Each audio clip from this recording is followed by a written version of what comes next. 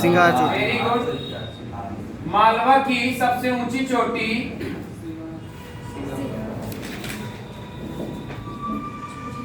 क्या है? सिगार है। तो याद रखना, अगर मैं क्वेश्चन करूं कि मालवा की दूसरी सबसे ऊंची चोटी कौन सी है, तो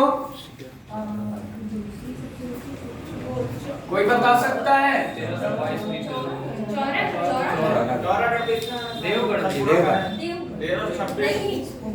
चंबल नदी कहाँ से उद्गमित होती है? जाना पाओ की पहाड़ी। जाना पाओ पहाड़ी कहाँ से होती है? जाना पाओ पहाड़ी। तो जाना पाओ पहाड़ी भी दूसरे में आता है, ठीक है।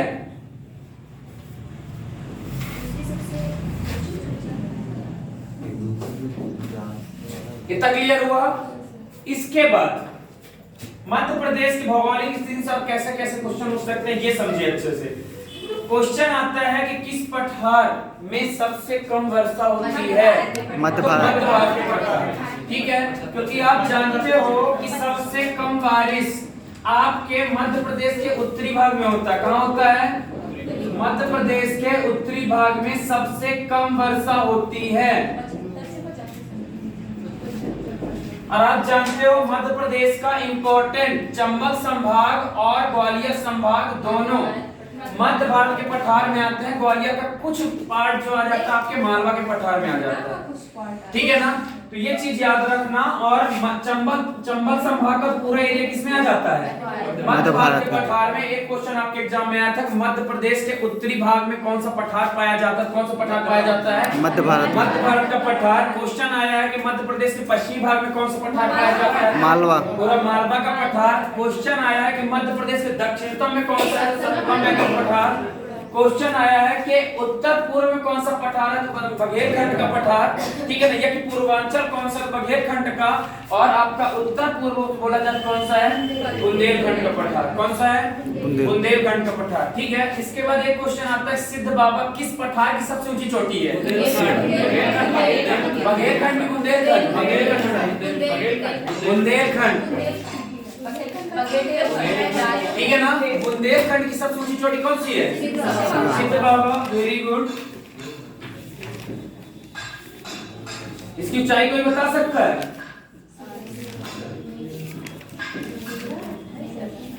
सिद्ध बाबा की सबसे बुंदेलखंड पठार की सबसे ऊंची चोटी कौन सी है? सिद्ध बाबा। और बघेलखंड की सबसे ऊंची चोटी कौन सी है? तो देवगढ़। ये मैं जितने क्वेश्चन बता चुका हूँ ये पूरे क्वेश्चन आपके एग्जाम पे आ चुके हैं, याद रखिएगा, ठीक है। बता रहा हूँ उसको थोड़ा सा, ठीक है। कितना क्लियर हुआ? इसके बाद क्वेश्चन आता है कि जो नर्मदा नदी है, ठीक है, मतलब जो नर्मदा नदी है उसका प्रवाह किन दो पर्वतों के बीच या पर्वत श्रृंखला के बीच होता है? तो एक है आपका सतपुड़ा मैकल श्रेणी की सतपुड़ा पर्वत श्रृंखला, दूसरा विंध्याचल। क्योंकि मैंने बताया था कि नर्मदा के ऊपर वाले भाग को विंध्याचल श्रेणी कहते हैं, नीचे वाले भाग को क्या कहते हैं? सतपुड़ा कहते हैं, ठीक है ना। तो ये क्वेश्चन भी आ चुका है कि नर्मदा नदी का जो मतलब प्रभावित होती है तो किन दो पर्वत श्रृंखला के बीच है? विंध्याचल के बीच है और किसके किसके बीच है? सतपुड़ा मैकल श्रेणी के बीच है, ठीक है। इसके बाद आपको मालूम होना चाहिए कि ये पूरा कंप्लीट हो गया ना। ये चीज बस याद रखना, बार बार बोल रहा हूं कि 7 भाग में बांटा गया है। पटवारी का सबसे फेवरेट क्वेश्चन कई बार एग्जाम पे आ चुका है। कभी कभी क्वेश्चन पूछ देता है कि कौन सा पठार मध्य प्रदेश का नहीं है, इसमें से कोई एक अलग सा दे देगा, जैसे भारत का पठार कर दिया, ठीक है ना। तो और एक चीज याद रखना, जो मध्य प्रदेश की स्थिति मध्य में तो है, लेकिन भारत की भौगोलिक स्थिति का दक्षिणतम भाग या दक्षिण पठार की स्थिति अपना मध्य प्रदेश की स्थिति आता है। कौन सा आता है? दक्षिणतम पठार का होता है, ठीक है, ठीक है। इसकी भौगोलिक स्थिति में क्वेश्चन ये भी आता है कि सबसे ज्यादा जिले मध्य प्रदेश के किस राज्य के टच करते हैं? सबसे ज्यादा उत्तर प्रदेश के 10 हैं, फिर राजस्थान कितने हैं? 7, कितने हैं? और आपके गुजरात का 1 है। गुजरात का क्वेश्चन आ चुका है, गुजरात का क्वेश्चन आ चुका है। गुजरात का कौन सा जिला टच करता है मध्य प्रदेश को? बड़ौदा। बड़ौदा भी बोलते हैं, बड़ोदरा भी बोलते हैं, ठीक है। तो ये क्वेश्चन भी याद रखना, गुजरात का कौन सा टच करता है? बड़ोदरा। और आप जब मैं नदियां पढ़ाया था मैं बताया भी था कि आपके मंदसौर से कोटा है, चित्तौड़गढ़ है, ये पूरा एरिया ऑटोमेटिक टच करता है, ठीक है।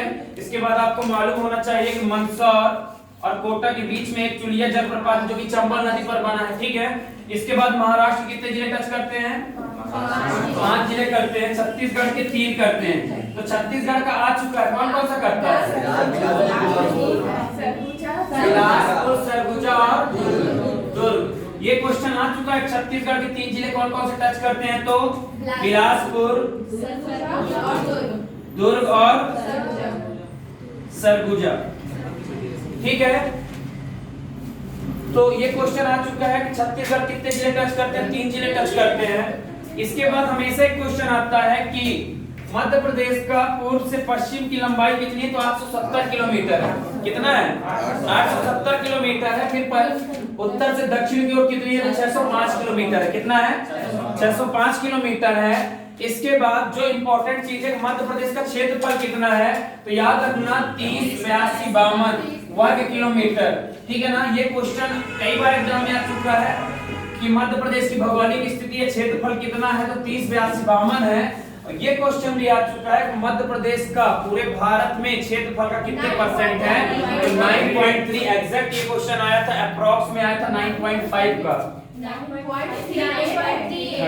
हाँ, ये क्वेश्चन आपका आया था 9.6, 9.7, 9.5, तो अप्रॉक्स 9.5 लिया गया था। ये क्वेश्चन आपके एग्जाम का है, तो याद रखना कुल क्षेत्रफल का 9.3% या 9.38% आपका क्या है? पूरे भारत का क्षेत्रफल अपना कितना मध्य प्रदेश का है, ठीक है। और ये क्षेत्रफल याद रखना 30, 82, 52 वर्ग किलोमीटर, ठीक है। अब क्वेश्चन क्या उठता है? अच्छे सुनना। क्वेश्चन ये उठता है कि आप ये तो जानते हो ना कि मध्य भारत, ये आपके मध्य प्रदेश को कितने राज्य टच करते हैं? 5। कितने करते हैं? 5 करते हैं, ठीक है। स्वतंत्र वो जब छत्तीसगढ़ अलग नहीं हुआ तो कितने करते थे? 7 करते थे। इतना क्लियर हुआ। जब मध्य प्रदेश अलग नहीं हुआ था छत्तीसगढ़ से, तो 7 राज्य टच करते थे। जब 2001 नवंबर 2000 में छत्तीसगढ़ को अलग किया गया, कितने राज्य टच करते हैं? 5। और ये 5 राज्य मैंने इसीलिए इसमें लिख दिया था, और स्थिति भी कभी कभी आ जाता है। तो पहला राजस्थान, डायरेक्ट पश्चिम में बिल्कुल फ्रंट में गुजरात। ये क्वेश्चन आता है, लोग डाउट हो जाते हैं राजस्थान, लेकिन गुजरात याद रखना। पश्चिम क्षेत्र में कौन सा? गुजरात, क्योंकि जो राजस्थान की स्थिति है वो उत्तर पश्चिम है। कौन सी स्थिति है? उत्तर पश्चिम है। इसके बाद दक्षिण में आता है तो महाराष्ट्र। इसके बाद आपका ये जो आता है पूर्व में। इसके बाद आपका उत्तर पूर्व में कौन सा आता है? उत्तर प्रदेश आता है। तो पूरे मिलाकर कितने हो गए? 5 हो गए। कितने हो गए? 5। फिर क्वेश्चन आता है कि कौन सा जिला दोनों राज्यों को टच करता है? क्योंकि देखो कहीं ना कहीं किसी जिले से दोनों राज्य डिवाइड होंगे, ठीक है। तो जैसे क्वेश्चन आता है कि राजस्थान और गुजरात की मतलब किस से अलग होता है, इस दोनों राज्यों को कौन सा जिला टच करता है? तो झाबुआ। कौन करता है? झाबुआ करता है, ठीक है ना। इसके बाद गुजरात और महाराष्ट्र कौन सा करता है? अलीराजपुर। कौन सा करता है? अलीराजपुर। इसके बाद क्वेश्चन आता है कि महाराष्ट्र और छत्तीसगढ़ को कौन सा जिला टच करता है? तो यहाँ पास से बालाघाट। कौन सा करता है? बालाघाट। इसके बाद आता है कि छत्तीसगढ़ और मध्य प्रदेश को कौन सा करता है? तो सिंगरौली करता है। कौन करता है? सिंगरौली। जब सिंगरौली अलग नहीं हुआ तब सीधी करता था। कौन करता था? सीधी। लेकिन जब सिंगरौली अलग हो गया तब कौन करता है? ठीक है ना, सिंगरौली करता है, ठीक है। रमा, सिंगरौली को कब अलग किया गया था? मध्य जिले को सीधी से 2008